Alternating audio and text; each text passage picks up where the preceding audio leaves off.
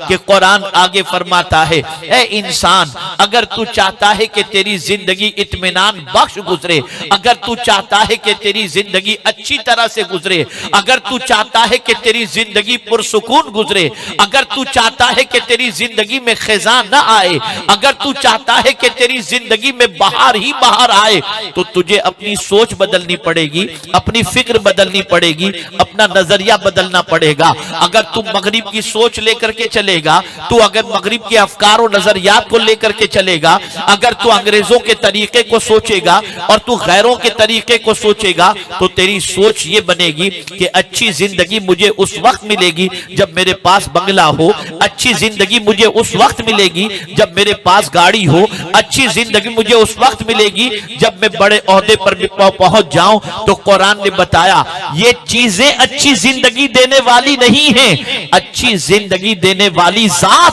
खुदा की है, वो जिसे चाहे अच्छी जिंदगी अता फरमा दे। अब कुरान से पूछते हैं कि ए कुरान तू ही बता, हम अच्छी जिंदगी के मुतमन्नी हैं, अच्छी जिंदगी हमें कैसे नसीब हो? तो कुरान ने ईमान पर इक्तिफा नहीं फरमाया, बल्कि कुरान कहता है मन अमिल सालिहन मिन ज़करिन औ उन्सा व हुवा मुमिन फलनुहयियन्नहु हयातन तय्यबा। कुरान कहता है जिसने नेक अमल किया, मर्द हो या औरत, इस हाल में कि वो ईमान वाला है, तो मेरा रब फरमाता है हम उसे अच्छी जिंदगी अता फरमाएंगे। तो रब अच्छी जिंदगी देने वाला है। अब आप देखिए ना, नर्म गद्दों पर हमें नींद नहीं आती, एयर कंडीशन में नींद नहीं आती,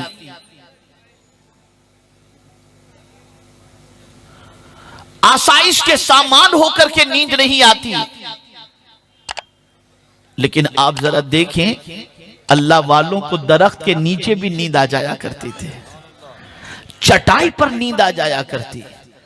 हुजूर सल्लल्लाहु ताला अलैहि वसल्लम तशरीफ फरमाते चटाई पर, फारूक आजम रदी अल्लाहुल मौला तबारक व तआला अन्हु पहुंचे तो आकाए करीम सल्लल्लाहु अलैहि वसल्लम के जिस्म अक़दस पर चटाई के निशानात जब फारूक आजम ने देखे तो रो पड़े फारूक आजम और सरकार से अर्ज करते हैं या रसूल अल्लाह सल्लल्लाहु तआला अलैहि वसल्लम, कैसरो कसरा तो आलीशान महल में और नर्म गद्दों पे आराम करें, और वो रसूल जिसका सफर अर्श पर और जिसके पैरों के नीचे अल्लाह अज़्ज़ व जल्ल का अर्श हो, उस रसूल का आलम ये कि वो रसूल चटाई पर आराम करे।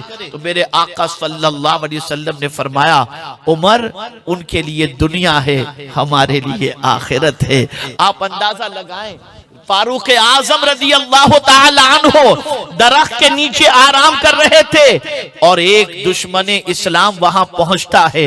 रसूल आजम सल्लल्लाहु अलैहि वसल्लम के इस आशिक को देखकर उसके हाथ पैर फूल जाते हैं। पहले तो लोगों से पूछा, मैं अमीरुल मुमिनीन फारूक आजम से मिलने आया हूँ, सफीर था, पहुंचा मिलने की गरज से। किसी से पूछा कहाँ मिलेंगे अमीरुल मुमिनीन, तो बताया गया फलां जंगल में बकरियां चरा रहे होंगे। वहां पहुंचा तो किसी ने बताया देखिए वो दरख्त के नीचे जो आराम कर रहे हैं वही अमीरुल मुमिनीन है। जब वहां पहुंचा तो देखा फारूक आजम आराम कर रहे हैं। मुलाकात पहली थी, कोई पहरेदार नहीं था, कोई सिक्योरिटी गार्ड नहीं था, कोई आलीशान महल नहीं था, दरख्त के नीचे चादर बिछाई और सो रहे हैं आराम से।